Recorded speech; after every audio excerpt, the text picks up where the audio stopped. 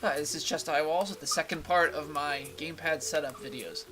Okay, on this video we're going to deal entirely with targeting only. So, last video was all about how to set up bars, and this video is all about targeting, because targeting is very important when it comes to how gamepads work. When I first started using a gamepad, I had to switch to mouse because I could not figure out the targeting.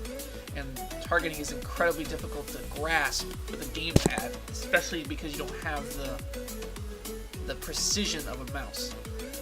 At least when you first start out. Now I've set it up to where I can have it pretty down to wherever I want that cursor to go. I can get it to go there. It comes with practice, obviously. This is not a end-all, be-all. This is not end-all, be-all. It's personal preference. There's always going to be a little bit of that involved. But this is extremely useful for me, and this is how I have it set up. So we're going to get started. Okay, so first thing is first is let's check out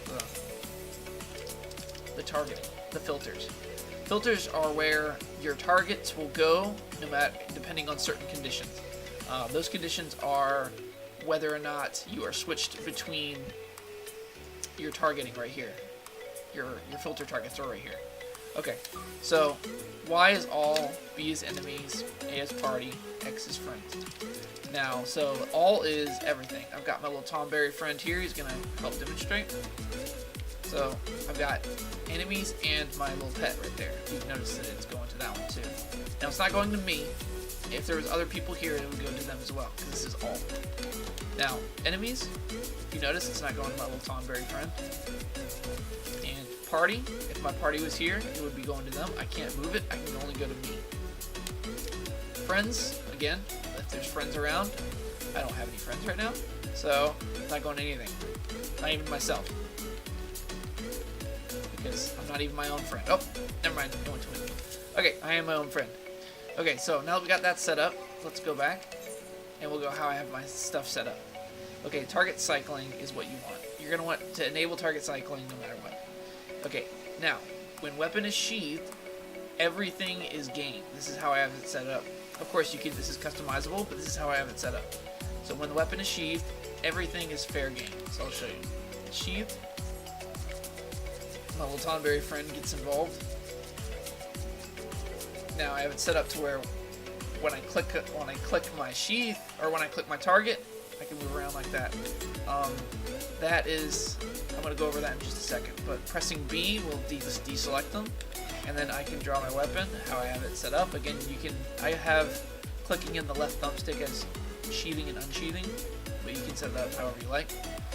When I have my weapon drawn, it goes only to enemies, and my Tonberry friend is not selected, if you notice that. You're not going to want to select like your pets and your friends and NPCs and stuff like that when you're in the middle of a fight. You're going to want to select only the enemies. So that's why I have it set up. So that's why I have it set up whenever I have my weapon out, I only target enemies. Whenever I have my weapon sheathed, I target everything. It's very simple, but it's incredibly useful. So for the filters, I have it set up for enemies when my weapon is drawn, all enemies, aggroing enemies, and duty-specific enemies. And then all for when it's sheathed. Now, these tend to come in... I actually don't even use these all that much. I don't switch. My targeting is just fine with the way I have set up with my sheathing and unsheathing. So that's how I have it set up. It took me a little while to figure it out, but I'm here to help out, so that's how it's set up. I really don't mess with these. In fact, I could probably turn these off, but I won't. Okay. Now the next thing you need to do is turn this off. If you're going to do the same thing I'm doing, turn off auto-sheath weapon when not in battle. And the reason why you do that is because you want to have complete control over your hotbars. You don't want it to automatically take away your targeting the hotbars.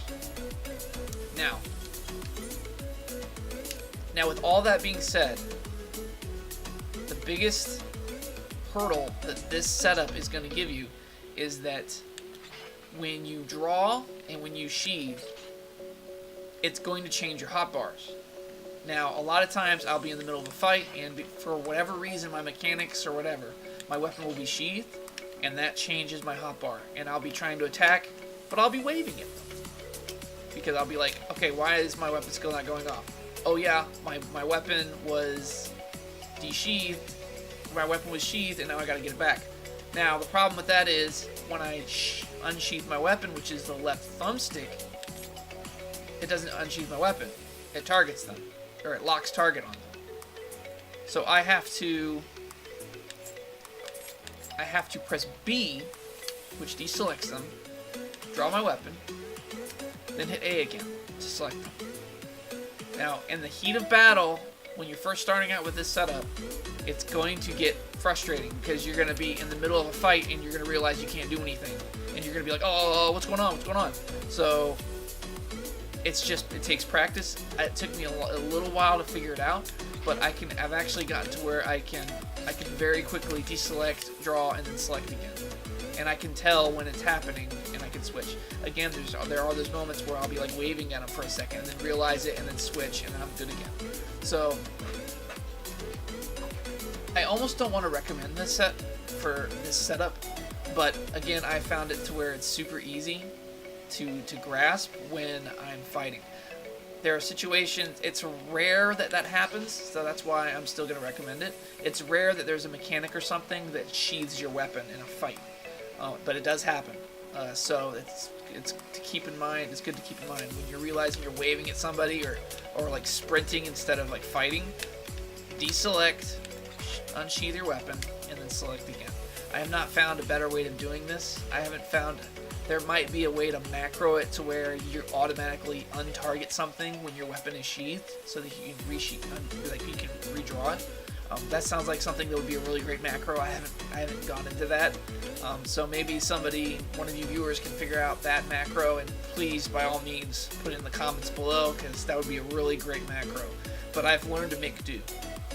Okay, so targeting is that. So basically, I can target anything with my weapon sheathed, and I can target only enemies with my weapon drawn. Now, did you see that? I tried to sheathe, and I locked on, and then I took off, and I draw my weapon. So yeah, it can get a little complex, but that's how I'm targeting. It's gonna take practice. This is how I have it set up.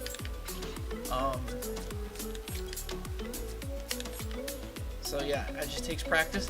This is a great place to do it. This is Summerford Farms. You can just come here and just like practice sheathing and unsheathing and targeting. There's plenty of dummies around for you to do that on.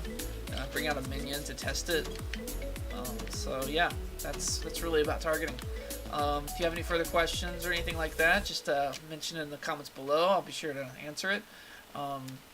And other than that, I hope this was helpful, and I'm going to put these videos up, and we'll see if you guys like them. But I'll be talking to you guys later. I'll be putting up some more videos if you guys like this. So I'll see you then.